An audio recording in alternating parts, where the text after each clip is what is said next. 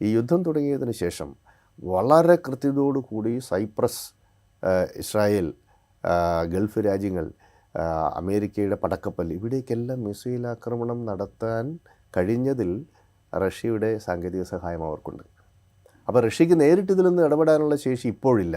കാരണം ഉക്രൈൻ യുദ്ധവുമായി ബന്ധപ്പെട്ട് വലിയ ആൾനാശവും ഉണ്ട്.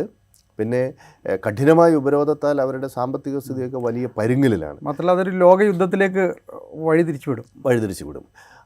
അതേസമയം അവർ ഉള്ളിൽ നിന്നുകൊണ്ട് ഇറാനെ സഹായിക്കുന്നുണ്ട്. അതുമാത്രമല്ല, ഏകദേശം 350ഓളം വിക്ഷേപണ തറകൾ അവർക്കുണ്ട്. അതിൽ 200-ലധികം മിസൈൽ വിക്ഷേപണ തറകളെ ഇസ്രായേൽ, അമേരിക്ക അച്ചുതണ്ട് 12 ദിന യുദ്ധത്തിൽ തകർത്തു എന്നാണ് അവകാശപ്പെടുന്നത്. പക്ഷേ ഈ 12 ദിന യുദ്ധം കഴിഞ്ഞിട്ടിപ്പോൾ 1 വർഷത്തോളമാകുന്നു. അതിനിടയ്ക്ക് സോവിയറ്റ് യൂണിയൻ്റെ റഷ്യയുടെ സഹായത്തോടു കൂടി അവർ